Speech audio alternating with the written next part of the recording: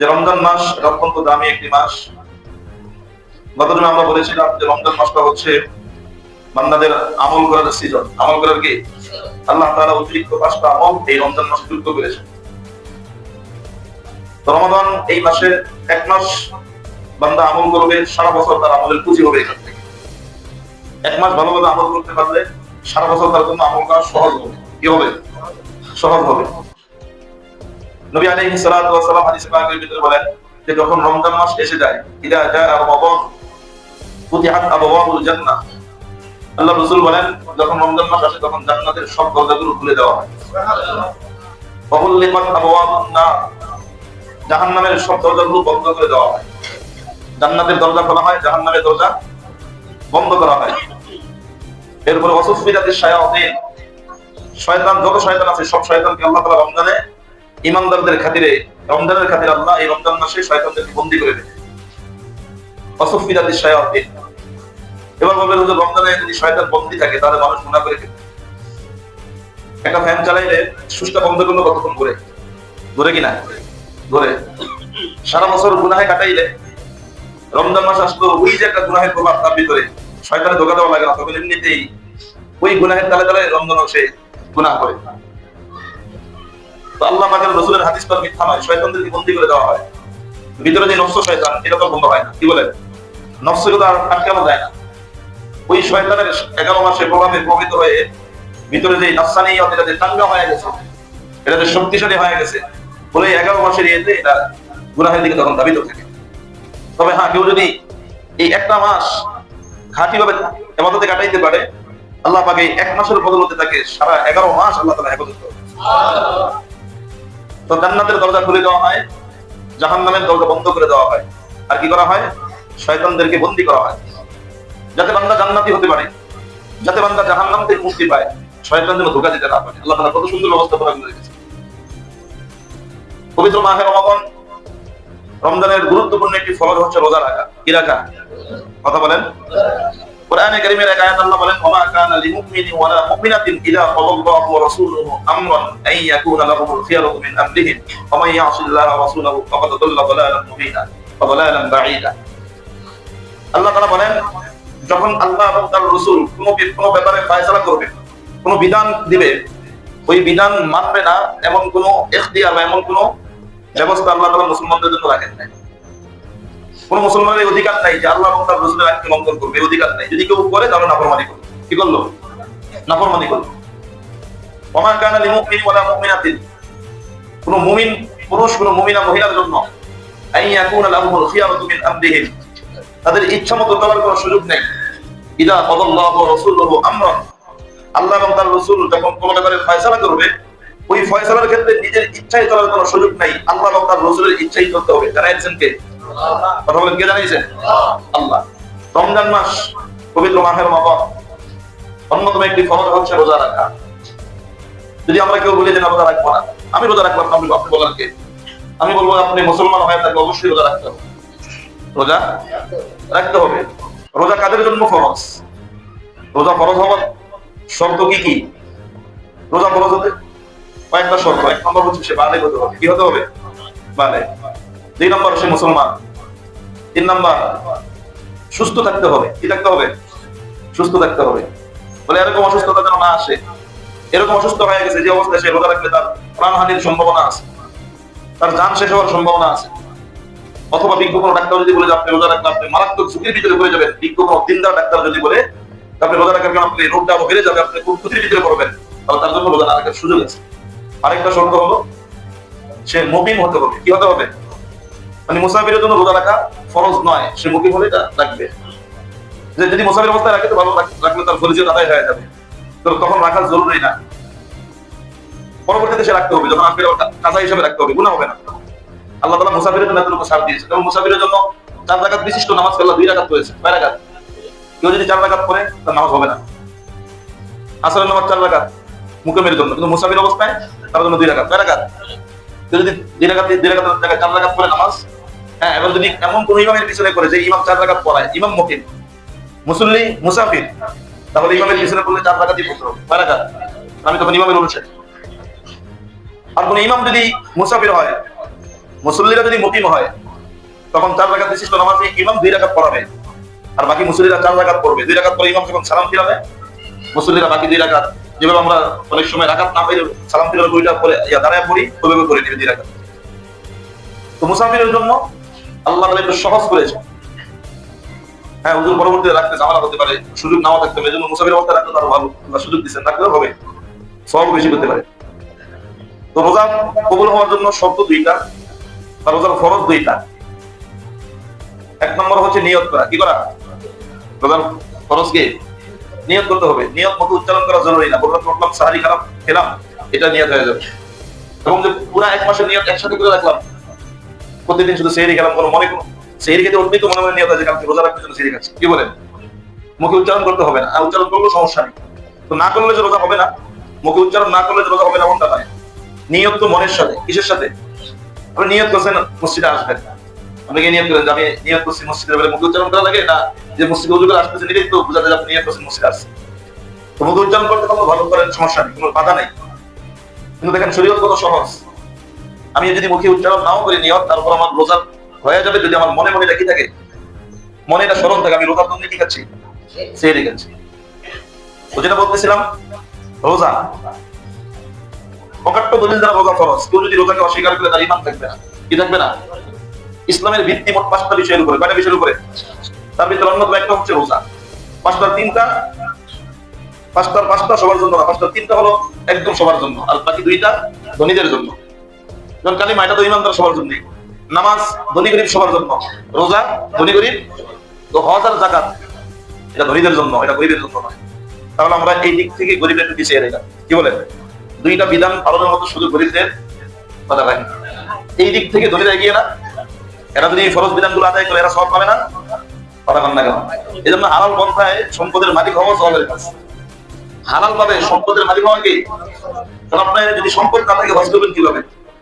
সম্পদ না থাকলে শরীয়তের ফরজ বিধান যাকাত দিবেন কিভাবে? যাকাত দিলেও একটা সওয়াব আছে, হজ করলেও একটা সওয়াব আছে। হজের কি সওয়াব? হজ করলে আল্লাহ তাআলা ওই হজকারীকে, হাজীকে একদম নিষ্পাপ শিশুর মতো পবিত্র বানায় দেন। আর ধরে বলেন যাদের তৌফিক আছে। আমরা অনেক সময় অনেক সম্মানী ব্যক্তির সাথে কোনো অনুষ্ঠানে যেতে চাই, বা ভালো কোনো ব্যক্তির সাথে হজে যেতে চাই, কিনা বলেন? আমরা দিয়ে যেমন নবীরে পাইতাম, আর যদি সুযোগ থাকতো নবীর সাথে হজে যাওয়ার, আমরা কেউ কি সুযোগ মিস করতাম? কথা বলেন। নবীর সাথে হজ করার সুযোগ থাকলে আমরা কেউ কি মিস করতাম? কেউ মিস করতো না। সবাই এই সুযোগটা কাজে লাগায়। রাসূল বলেন কেউ যদি রমজান মাসে উমরা করে, রমজান মাসে কি করে? খেয়াল করবেন, কেউ যদি রমজানে কি করে? উমরা করে। রাসূল বলেন রমজানে উমরা করলে আমি নবীর সাথে হজের সওয়াব। তো রমজানে যদি কারো সাধ্য থাকে, সামর্থ্য থাকে, রমজানে উমরায় গেলেন, তাহলে ফায়দা কি? রাসূলের সাথে হজের সওয়াব হবে। যাই হোক, যেটা বলতেছিলাম, এই পবিত্র মাহে রমাদান অন্যতম একটি ফরজ হচ্ছে রোজা। রমজান মাস দামি। কেন দামি সেটা গত জুমায় বলেছিলাম। আল্লাহ তাআলা কোরআনে বলেন শাহরু রমাদান আল্লাযী উনজিলা ফীহিল কুরআনু হুদাল লিন-নাসি ওয়া বাইয়িনাতিন মিনাল হুদা ওয়াল ফুরকান। এই রমজান মাসটা এইজন্য দামি, এই রমজান মাসে কোরআন নাযিল হয়েছে। সুবহানাল্লাহ। উলামায়ে কেরামগণ লিখেন শুধু কোরআন নয়, এই রমজান মাসে আসমানে সব কিতাব নাযিল হয়েছে। আসমানে যত কিতাব আছে সব কিতাব কোন মাসে নাযিল হয়েছে? লৌহে মাহফুজ থেকে প্রথম আকাশে এই রমজান মাসেই কোরআন সব কিতাব নাযিল হয়েছে। সুবহানাল্লাহ। ওখান থেকে আল্লাহ তাআলা ধারাবাহিকভাবে দুনিয়াতে নবীদের উপরে, রাসূলদের উপরে কিতাব নাযিল করেছেন। কাউকে একত্র দিয়ে দিয়েছেন, আমাদের নবীজিকে 23 বছর লাগাই দিয়েছেন আস্তে আস্তে প্রয়োজন পেতে। তো লৌহে মাহফুজ থেকে প্রথম আকাশে একত্রে নাযিল হয়ে গেছে, তাও রমজান মাসে। তো রমজান মাসে আল্লাহর পাকের কিতাব নাযিল হওয়ার মাস, এজন্য মাসটা দামি। এজন্য মাসটা কি দামি। রমজান মাসের গুরুত্বপূর্ণ আমলের ভিতরে একটা আমল হচ্ছে রোজা। কেউ যদি দুষ্টুমি করেও রোজাকে অস্বীকার করে, অনেকে বলি অনেক লোক দেখি বলতে শোনা যায় কিছু কিছু লোক হয়তো দুষ্টমির শুরুই বলে যে আমার ঘরে কি খাবার কম আছে আমি না খেয়ে থাকবো। দুষ্টমি করে বলে কিনা বলে আমার ঘরে কি খাবার কম আছে আমি না খেয়ে থাকবো, রোজা রাখবো। যাদের খাবার নেই এরা না খেয়ে থাকবে, এরা না রোজা রাখবে। যদি কেউ দুষ্টমি করে মন বলে তার ইমানে ক্ষতি হবে। কি হবে? রমজান মাস আল্লাহ উদ্দেশ্য না খেয়ে থাকা নয়, বান্দা না খেয়ে থাকুক এটা আল্লাহর উদ্দেশ্য নয়। আল্লাহর উদ্দেশ্য হচ্ছে বান্দা যেন আল্লাহ পাকের ভয় তার ভিতরে অর্জন করতে পারে। এই জন্য না খেয়ে থাকলে, সারাদিন না খেয়ে থাকলে তখন খেতে গেলেই মনে আসবে যে কেউ না দেখুন, দেখেন কে? এই জন্য তো না খেয়ে থাকা, পানাহার না করা। তো এই কথা বলার কোনো সুযোগ নেই যে আমার ঘরে খাবার আছে আমি না খেয়ে থাকবো কেন, না, এটা বলার সুযোগ নেই। রোজা রাখতে পারি না এটা আমার দুর্বলতা, আমি আল্লাহ পাকের ফরজ বিধান আদায় করতে পারি না, কিন্তু রোজা নিয়ে শরীয়তের কোনো বিধান নিয়ে ব্যঙ্গ করা, তুচ্ছ-তাচ্ছিল্য করা, এটা কোনো ইমানদারের পক্ষে সম্ভব না। কথা বলেন ঠিক কিনা? আরেকটা কথা বলছেন, কেউ যদি রমজান মাসে ওপেন খায়, ওপেন পানাহার করে, প্রকাশ্যে পানাহার করে খায়, সে কেমন যেন শরীয়তের বিধানকে বিধানকে দেখালো, সেগুলো কেমন যেন শরীয়তের বিধানকে তুচ্ছ-তাচ্ছিল্য করলো।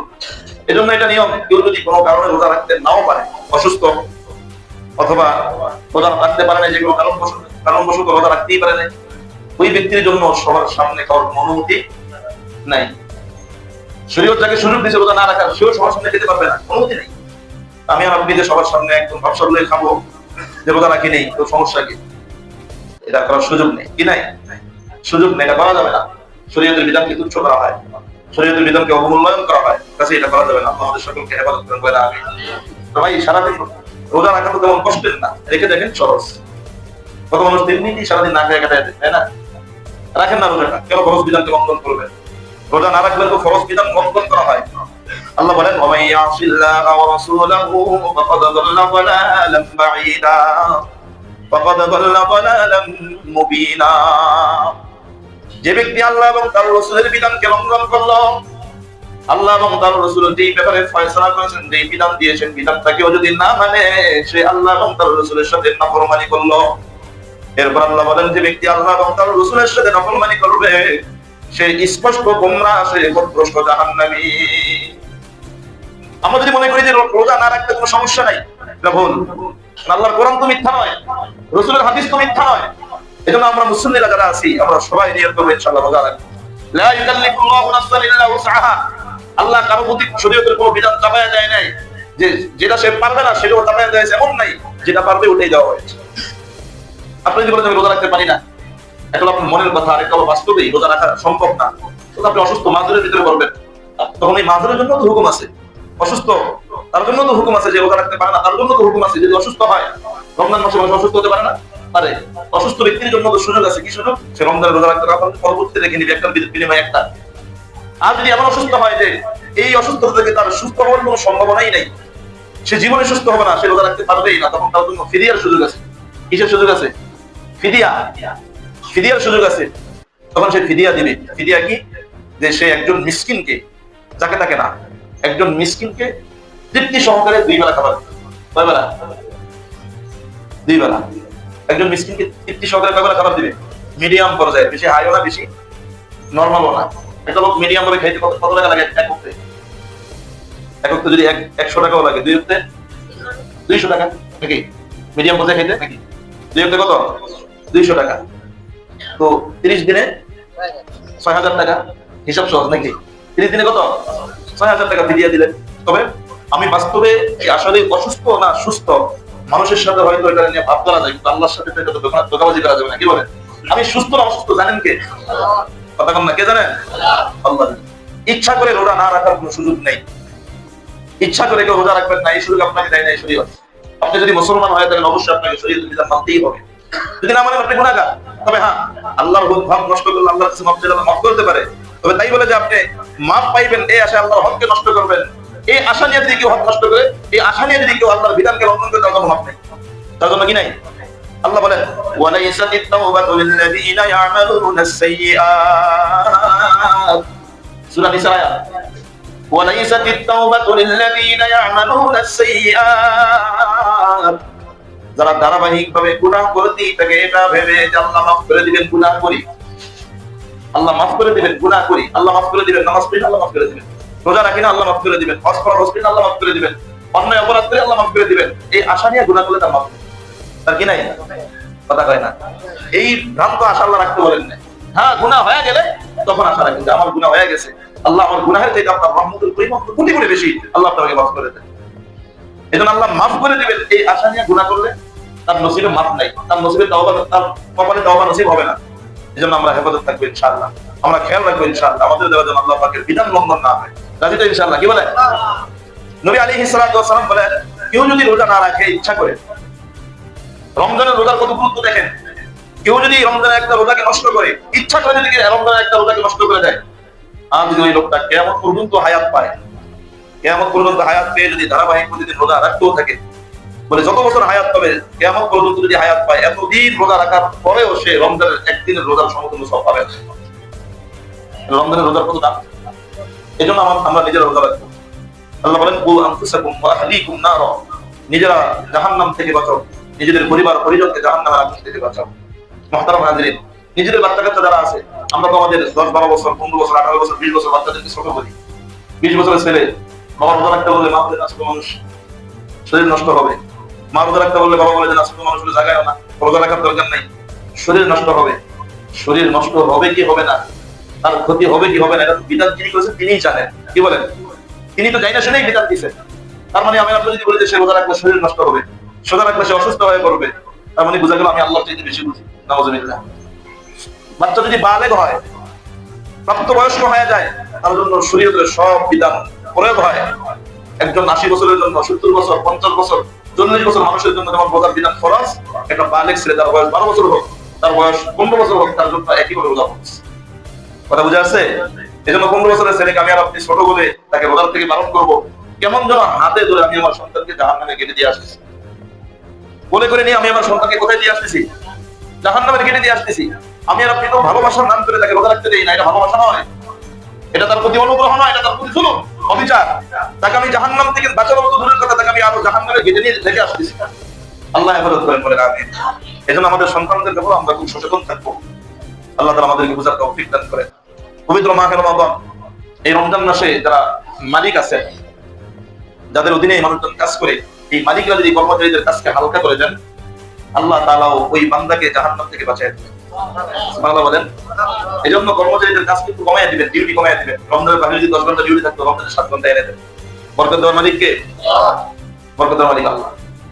সেজন্য রোজা রাখতে পারে, সেজন্য তার জন্য কষ্ট না হয়। আল্লাহ আমাদেরকে বুঝার তৌফিক দান করেন।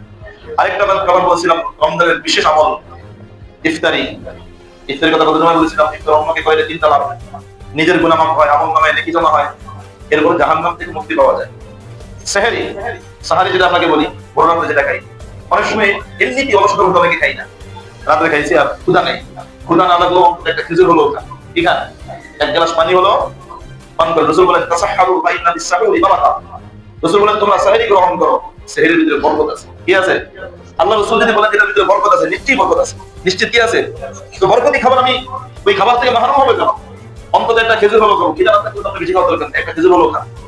হ্যাঁ, কি বলেন? ইনশাআল্লাহ। আর খেজুর তেমন একটা খাবার, এটা পুষ্টিকর, আপনার শরীরে শক্তি যোগাবে। এই জন্য ভোর রাতে সেহরির টাইমে আমরা ইনশাআল্লাহ সেহরি গ্রহণ করবো, এর ভিতরে বরকত আল্লাহ রাসূল নিজেই ঘোষণা করেছেন। এরপরে তারাবি, গুরুত্বপূর্ণ একটা আমল তারাবি। কিয়ামতের দিন দুইটা জিনিস বান্দার জন্য সুপারিশ করবে, এক হলো রোজা আর এক হলো কোরআন। সুবহানাল্লাহ বলেন। আসিয়াম ওয়াল কোরআন ইয়াশফাআনে। কোরআন এবং সিয়াম, রোজা বান্দা বান্দির জন্য কিয়ামতের দিন সুপারিশ করবে। সিয়াম, রোজা বলবে আল্লাহ আমি আপনার এই বান্দা বান্দিকে রমজান মাসে দিনের বেলা সব ধরনের পানাহার এবং যৌনাচার থেকে হেফাজতে রেখেছি। আল্লাহ যেহেতু সে আমার খাতির রমজান মাসে এই কাজগুলো করে নেয়, ফাশফি'নি ফীহি, তার ব্যাপারে আমার সুপারিশ গ্রহণ করেন, তাকে জান্নাত দিয়ে দেন। সুবহানাল্লাহ বলেন। কোরআন কি বলবে দেখেন, কোরআন বলবে আল্লাহ মানাতুহু নাওমা বিল লাইল, আল্লাহ রাতের বেলা আমি তাকে ঘুমাইতে দেই নাই, রাতের বেলা আমি তাকে ঘুম থেকে বিরত রেখেছি। সে রাতের বেলা আমি কালামকে তেলাওয়াত করেছে, তাহাজ্জুদে তেলাওয়াত করেছে, তারাবিতে তেলাওয়াত করেছে, তেলাওয়াত শুনেছে, আমাকে শুনতে গিয়ে তেলাওয়াত করতে গিয়ে তার রাতের ঘুমে ব্যাঘাত ঘটেছে। আল্লাহ আপনারা বলছেন আমাদের সুপারিশ গ্রহণ করবেন, ফাশফি'নি ফীহি, তার ব্যাপারে আমার সুপারিশ গ্রহণ করো, আমি তার জন্য সুপারিশ করতেছি, আমি কোরআনের সুপারিশে তাকে মাফ করে জান্নাত দিয়ে দেব। মুহতারাম ভাই দোস্ত বুজুর্গ, পবিত্র মাহে রমাদান আমরা সারা বছরে এক খতম কোরআন শোনার সুযোগ আমাদের হয় না, এক খতম কোরআন পড়ার সুযোগ আমাদের অনেকের হয় না। কোরআন পড়তে পারলেও হয়তো যেমন সহিভাবে পড়তেও পারি না। রমজান মাস আলহামদুলিল্লাহ ঢাকা শহরের প্রায় মসজিদগুলোতেই, অধিকাংশ মসজিদগুলোতে খতমে তারাবি হয়। তারাবিতে কোরআনে কারীমের খতম করা হয়। কোন মসজিদে 2 জনে পড়ায়, কোন মসজিদে 3 জনে পড়ায়, কোন মসজিদে 4 জন হাফেজে পড়ায়। কি পড়ায় না? তারাবিতে 20 রাকাত নামাজের ভিতরে হাফেজে কোরআনরা পুরা কোরআন একদম আলিফ লাম থেকে আলহামদু থেকে একদম সূরা নাস পর্যন্ত পুরাটা রমজানের এই 20 রাকাতের ভিতরে, পুরা রমজানের এই 27 দিনে 27 তারাবিতে আমাদেরকে আল্লাহ পাকের কালামের তেলাওয়াত নামাজে দাঁড়ায় দাঁড়ায় আমাদেরকে শোনায়। নামাজের বাহিরে কোরআন পড়লে যদি 10 নেকি হয়, নামাজের ভিতরে কমসে কম 100 নেকি। কত নেকি? কথা বলেন, কত নেকি? নামাজের ভিতরে সওয়াব বেশি। এজন্য আমরা তারাবি মিস করব না ইনশাআল্লাহ। কি বলেন ইনশাআল্লাহ?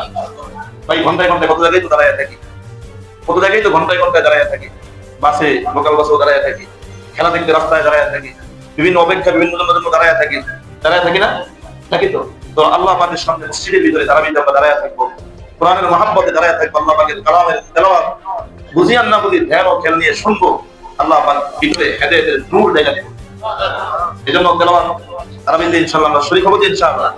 আমি আর আপনি পাক্কা ওয়াদা করবো ইনশাআল্লাহ, নিয়ত করবো যে রমজান মাস আমার জন্য একদিনও তারাবি মিস না হয়, এক রাকাত তারাবি যেন আমার মিস না হয়। আমার জন্য আলহামদুলিল্লাহ এই শহর অঞ্চলে সারা বাংলাদেশেই যে খতম, এই খতম একটা সিস্টেম আছে। আপনি এই মসজিদে তারাবি না পড়তে পারলে আরেক মসজিদে খতম শুরু দেবে সুযোগ নেই, একই নিয়মে একই ধারাবাহিকতায় প্রত্যেকটা মসজিদে তেলাওয়াত করা হয়। এই মসজিদে আজকে যা করা হবে অন্য মসজিদে তাই করা হবে, এই মসজিদে আগামীকালকে থেকে যেখান থেকে শুরু করা হবে অন্য মসজিদে থেকে ওখান থেকেই শুরু করা হবে, একই নিয়মে করা হয়। আপনি যেখানেই পড়েন আপনার খতম হয়ে যাবে। এর ভিতরে যদি কোনো হাফেজ সাহেব হেরফের করে, এটা জন্য আপনার দায়ী না, এটা জন্য হাফেজ সাহেব দায়ী, কে দায়ী হবে? কারণ সে সবার জিম্মাদার, সবার কি কথা বলেন। যদি তাদের ভিতরে কোনো হেরফের থাকে এটা জন্য তারা দায়ী, কিন্তু আপনি আমি পূর্ণ কোরআন খতমের সওয়াব হবে ইনশাআল্লাহ। তো তারাবিতে উপস্থিত থাকবো তো ইনশাআল্লাহ। আরেকটা গুরুত্বপূর্ণ আমল সেটা হচ্ছে তাহাজ্জুদের নামাজ। এই নামাজটা এমন একটা নামাজ, এই তাহাজ্জুদের মাধ্যমে আল্লাহ পাকের সাথে বান্দার সাথে গভীর একটা সম্পর্ক হয়। সুবহানাল্লাহ বলেন। বান্দার সাথে আল্লাহর সাথে কি হয়? গভীর। আমরা নিয়ত করবো রমজানে যেন আমাদের একদিনও তাহাজ্জুদ মিস না হয়। বলে কেন? রোজা, আমরা তো রোজা রাখার জন্য গড়াতে হই, উঠে আমরা অন্তত 2 রাকাত হলেও তাহাজ্জুদের নামাজ পড়বো। যদি সময় একান্ত নাও পাই তাও 2 রাকাত পড়বো ইনশাআল্লাহ, 2 রাকাত হলেও পড়বো। আল্লাহ আমাদেরকে আমল করার তৌফিক দান করেন। আর যে যত বেশি পারি তত বেশি করবো, 4 রাকাত, 6 রাকাত, 8 রাকাত। হ্যাঁ, রমজান মাসটা একটু কম ঘুমাবো, রমজান মাসটা একটু কম অন্যদিকে সময় দিব, ইবাদতের সময়টা বেশি দিব। আল্লাহ সর্বপ্রথম আমাকে আমল করার তৌফিক দান করেন, সাথে সাথে আপনাদেরকে আমল করার তৌফিক দান করেন। তারাবি পড়লে কি ফায়দা? রাসূল তারাবি পড়েছেন, সাহাবায়ে কেরাম তারাবি পড়েছেন। আল্লাহ রাসূল বেশিরভাগ একা একা বাসায় তারাবি পড়তেন, কারণ এই তারাবি নামাজটা সুন্নাত। এটা কি কথা বলেন? সুন্নাত। মসজিদে এসে জামাতের সাথে বললে উম্মতের প্রতি ফরজ হয়ে যেতে পারে। আমরা যে অলসের অলস, যদি ফরজ হয়ে যাইতো 4 রাকাতই পড়ি না, 2 রাকাত ফজরের নামাজই পড়তে রাজি না, 20 রাকাত তারাবি, তখন ফরজ আরো বেশি লঙ্ঘন করব। কি বলেন? আমরা অনেক বড় গুনাহগার হয়ে যেতাম। এজন্য রাসূল উম্মতকে বাঁচানোর জন্য আল্লাহর রাসূল এটাকে জামাতের সাথে গুরুত্ব সহকারে করেন নাই। হযরত ওমর রাদিয়াল্লাহু তাআলা জামানায় এসে উনি এসে এটাকে উম্মতের ফায়দার জন্য জামাতের সাথে করার ব্যবস্থা করে দিয়েছেন। সুবহানাল্লাহ। আসহাবি কান নুজুম ফাবিআইহিম ইহতাদাইতুম ইহতাদাইতুম। রাসূল বলেন আমার সাহাবায়ে কেরাম হলো আকাশের নক্ষত্রের মতো, যেকোনো একজন সাহাবায়ে কেরামকে যদি তোমরা অনুসরণ করো তোমরা হেদায়েত পেয়ে যাবে। সুবহানাল্লাহ। এজন্য হযরত ওমর রাদিয়াল্লাহু তাআলা উনি তো খোলাফায়ে রাশিদিনদের একজন, খলিফাদের একজন। উম্মতের ভিতরে সাহাবায়ে কেরামদের ভিতরে শ্রেষ্ঠত্বের দিক থেকে উনি দ্বিতীয় নম্বরে। হযরত ওমর তো জান্নাতের সার্টিফিকেট প্রাপ্ত একজন সাহাবী। হযরত ওমর বেশি বুঝেন, আমরা বেশি কথা বলে না। হযরত ওমর তো রাসূলকে দেখেছেন নাকি আমরা দেখেছি? হযরত ওমর দেখেছেন। হযরত ওমর যদি 20 রাকাত তারাবি জামাতের সাথে পড়ার এই সিস্টেম করতে পারে, আমার আপনার কোনো যুক্তি দাঁড় করার সুযোগই নেই। কথা বলেন ঠিক কিনা? কারণ ওমর তো রাসূলকে দেখেছেন, রাসূলের জামানায় ছিলেন। ওমর যেই সময়ে এই তারাবির ব্যবস্থা করেছেন জামাতের সাথে, সাহাবায়ে কেরাম কি তখন চাইলে বাধা দিতে পারতেন না? কথা বলেন। সাহাবায়ে কেরাম কি আমাদের থেকে দিন খুব কম বুঝছেন না বেশি বুঝছেন? অনেক বেশি বুঝছেন। আমরা তো বুঝি না কিন্তু বুঝার ভাব ধরি। কথা বলে না, বুঝি না কিন্তু বুঝার কি ধরি? ভাব ধরি। আল্লাহ আমাদেরকে বুঝার তৌফিক দান করেন। তো তারাবি পড়বো ইনশাআল্লাহ। সেহরি, ইফতারি, বিশেষ করে রমজানের 4টা আমলের কথা বেশি বলা হয়েছে। তার ভিতরে একটা হলো বেশি বেশি কালিমা তাইয়্যিবার জিকির করা। কালিমা তাইয়্যিবা। 2 নম্বর বেশি বেশি ইস্তিগফার পাঠ করা, জাহান্নাম থেকে মুক্তি চাওয়া। আর যে 2টা কাজ মানে বেশি বেশি গুনাহ থেকে বাঁচা, আর বাকি 2টা কাজ না করলেই নয়। একটা হচ্ছে জান্নাত চাওয়া, আর হলো জাহান্নাম থেকে মুক্তি চাওয়া। এই 4টা কাজ। 1 নম্বর হলো বেশি বেশি কালিমা তাইয়্যিবা করব, জিকির আজকার করব, যারা কোরআন পড়তে পারি তারা কোরআন পড়ব। 2 নম্বর হচ্ছে বেশি বেশি ইস্তিগফার পাঠ করব। 3 নম্বর জান্নাত কামনা করব। 4 নম্বর জাহান্নাম থেকে আল্লাহর কাছে ছাড়া চাই। যখন রমজানের প্রথম রাত এসে যায়, ইউনাদি মুনাদিন কুল্লা লাইলাতিন, রমজানের প্রত্যেকটা রাতে একজন আহ্বানকারী ডাকতে থাকে, ইয়া হে কল্যাণকামী, কল্যাণ যে তালাশ করো, আকবিল তুমি অগ্রসর হও, ওয়া বাদিয়াশ শাররি আকসির, এ অকল্যাণকামী যে গুনাহের প্রতি ধাবিত, তুমি একটু থামো, রমজান আসলে একটু গুনাহটা কমাও, গুনাহটা থামাও, অপরাধ থেকে একটু ফিরে আসো। এভাবে ডাকতে থাকে। একজন ফেরেশতা ঘোষণা করতে থাকে, হে কল্যাণকামী তুমি কল্যাণের দিকে অগ্রসর হও। আরেকজন ফেরেশতা এভাবে ওই ফেরেশতাই ডাকতে থাকে, হে অপরাধী, অপরাধটা একটু বন্ধ করো, আর অপরাধের দিকে পা বাড়ায়ো না। এখন তো শয়তান বন্ধ, শয়তান তো আবদ্ধ, তুমি এখন গুনাহ করে তো নিজেই শয়তানের খাতে তোমার নামটা রেখে দিচ্ছ। আল্লাহ তাআলা আমাদেরকে আমল করার তৌফিক দান করেন। আর জোরে বলেন আমিন। নিজের আল্লাহ রাখবেন ইনশাআল্লাহ। কি বলেন ইনশাআল্লাহ? দেখা যায় বিভিন্ন দোকানগুলোতে, হোটেলগুলোতে পর্দা লাগায় তারপরে হ্যাঁ, এটা হতে পারে, অনেক সময় মুসাফির থাকতে পারে, তাদের ব্যবস্থা করতে পারে, কিন্তু আপনার এই সুযোগের জন্য কোনো ব্যবস্থার উপরে না ঢুকে রমজান মাসে দিনের বেলা আপনার দোকানগুলো বন্ধ রাখলেন, হোটেলগুলো বন্ধ রাখলেন, দিনের খাতিরে শরীয়তের খাতিরে আপনি যেটুকু কষ্ট করতে পারেন, বরকত দেওয়ার মালিক কে? কথা পায় না। আল্লাহর বিধান লঙ্ঘন করে আরেকজনকে খাবার ব্যবস্থা করে দিলেন, তাহলে গুনার বাড়িতে আপনি হবে। অনেক সময় ঘরে খাবার পায় না, হোটেলে এসে কথা কারণ ঠিক কিনা? এই জন্য হোটেলগুলো দোকানগুলো আমরা ইনশাআল্লাহ যারা ব্যবসায়ীরা আছেন, আপনার দোকানে এসা বেরোজগারি মানুষ আইসা অবাধে খাচ্ছে, পানাহার করতেছে, আপনাদের যেন এই সুযোগ না হয়, আমি যেন গুনাহ করার, আমি যেন গুনাহের ভাগিদার না হই। ওয়ালা তাআওয়ানু আলাল ইসমি ওয়াল উদওয়ান, সূরা মায়েদার ২ নম্বর আয়াতে বলেন, তোমরা গুনাহের কাজে পরস্পরকে সাহায্য করিও না, গুনাহের কাজে একে অপরকে সাহায্য করিও না। এজন্য রমজান মাসে আমরা অন্যদের জন্য এই সুযোগ রাখবো না ইনশাআল্লাহ। কি বলেন ইনশাআল্লাহ? আল্লাহ তাআলা আমাদেরকে বুঝার তৌফিক দান করেন। রমজান আমাদেরকে আমাদের পালন করার সুযোগ করেন, আমিন। সবাই সবার জন্য দোয়া করব, আমরা সবাই যেন রোজাকে ঠিকমতো রাখতে পারি, সাহরি তারাবি ইফতারি যেন ঠিকমতো করতে পারি, এরপরে রমজানটা যেন কাটাইতে পারি। আল্লাহ আমাদেরকে সেই সুযোগ করে দেন, ব্যবস্থা করে দেন, আমিন। ওয়া আখিরু দাওয়ানা আলহামদুলিল্লাহি রাব্বিল আলামিন।